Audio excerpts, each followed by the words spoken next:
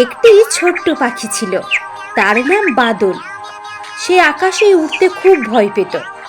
প্রতিদিন গাছের ডালে বসে অন্য পাখিদের ওড়া দেখত, আফসোস করত। মা পাখি বলতো, বাদল, তুমি চাইলেই পারবে, ভয়কে জয় করতে হবে যে। একদিন হঠাৎ ঝড় উঠল, সব পাখিরা নিরাপদ জায়গায় চলে গেল, কিন্তু একটি ছোট্ট পাখি বৃষ্টিতে ভিজতে লাগলো গাছের তলায়।